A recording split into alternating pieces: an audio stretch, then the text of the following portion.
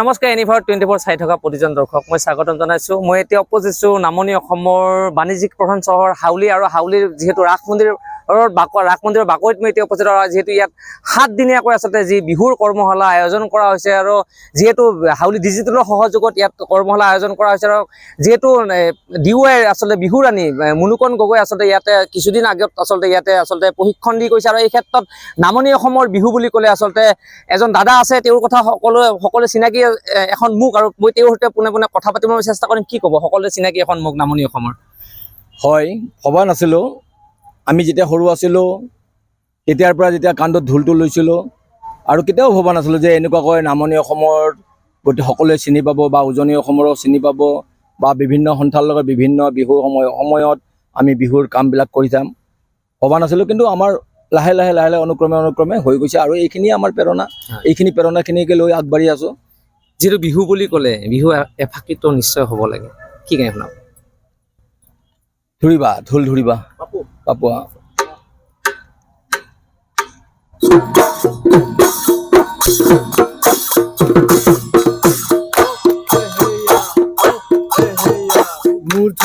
ৰঙিলি ওচৰ চাপি চাপি মূৰ্ধন পমিলি নাহিবি নাচনি মূৰ্ধন ৰঙিলি মূৰ্ধন পমিলি গাতে গা লাগিব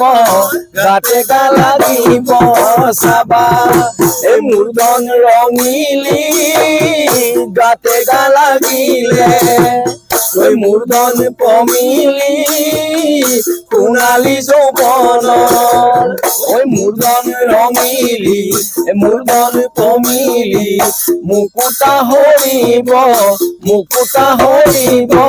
চাবা। আচলতে ক'বলৈ হ'লে বিহু হৈছে অসমীয়াৰ আচলতে প্ৰাণ, অসমীয়াৰ বাপুতি সাখন ৰঙালী বিহুৰ মাজত কেইটামান দিন বাকী আছে আৰু এই ক্ষেত্ৰত যিহেতু বিহু বুলি ক'লে নাচনি আৰু বিহু নাচ মোৰ সতীৰ্থক দেখাবলৈ মই অনুৰোধ জনাম। আচলতে যদি সম্ভৱ হয় বিহু যদি নাচি দেখায় আমাৰ যিসকল নাচনি আছে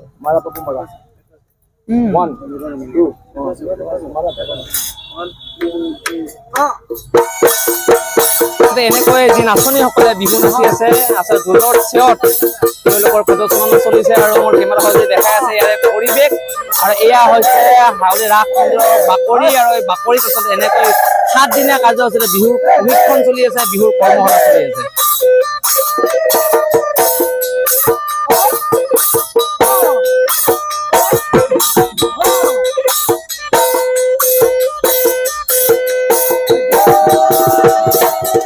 যিহেতু বিহু বুলি ক'লে আচলতে ঢোল পেপাৰ মাত কি উজনি কি নহয় সকলোৱে এতিয়া ঢোল পেপাৰ মাত শুনা গৈছে আৰু মই আচলতে যি পেপাৰ আৰু ঢোলৰ মাত আমাৰ দৰ্শকসকলে শুনাবলৈ মই যত্ন কৰাম।